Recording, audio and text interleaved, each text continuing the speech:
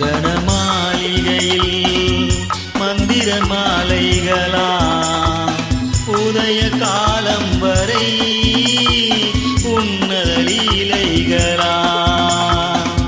இனிய பிறந்தநாள் நல்வாழ்த்துக்கள் லதா ஜெனிமா. Happy birthday.